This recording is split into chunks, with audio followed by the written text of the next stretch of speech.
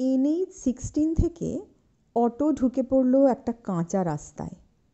ছোট্ট গ্রাম, 10-12টা ছোট ছোট ঘর পেরোতেই পথের দুপাশে ধান ক্ষেত।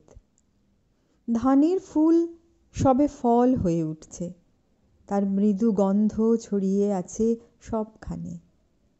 ধান ক্ষেত শেষ হয়েছে দিগন্তে, যেখানে ধূসর পাহাড়ের রেখা।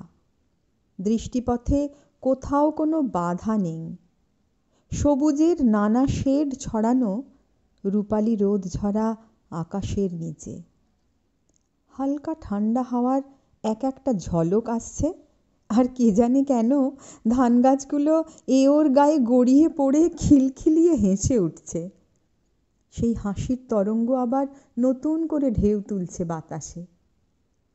পৃথিবীর বসুন্ধরা নামখানি সার্থক এইখানে।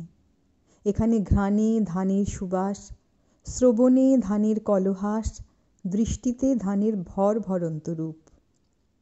না, ধান ক্ষেত শুধু নয়, হঠাৎ চোখে পড়ল সবুজের মধ্যে নড়ছে কালো রঙের সরু সরু দুটো কাঠি। ওরে কাঠি নয় রে, ও যেন কাহার শিং। বসেছিল সে, এতক্ষণে আলিস্যি ঝেড়ে উঠে দাঁড়িয়েছে। আঁকাবাঁকা শিং, মাথা, কালো পিঠ দেখা গেল ধান গাছের ওপরে।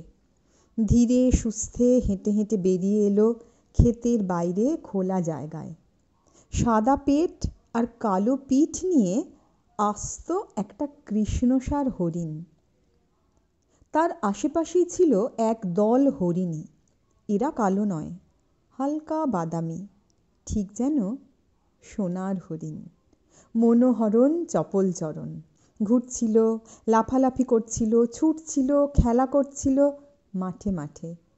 ধান ক্ষেতের ফাঁকে ফাঁকে কখনো তারা দৃশ্যমান, কখনো অদৃশ্য।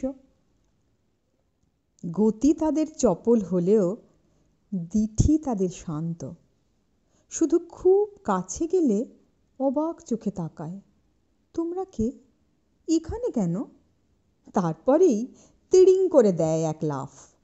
কিছু দূর দৌড়ে গিয়ে আবার ফিরে তাকায়। কি সহজ চোখে চায়, কি সহজেই চোখের আড়ালে লুকিয়ে পড়ে। বিদ্যুৎ বেগে ছোটে এই মাঠ থেকে ওই মাঠে। গতিরাগের সে ছিল গান, আলো ছায়ার সে ছিল প্রাণ, আকাশকে সে চমকে দিত। তাদের দেখে আমরা, আর আমাদের দেখে তারা সত্যি চমকিত।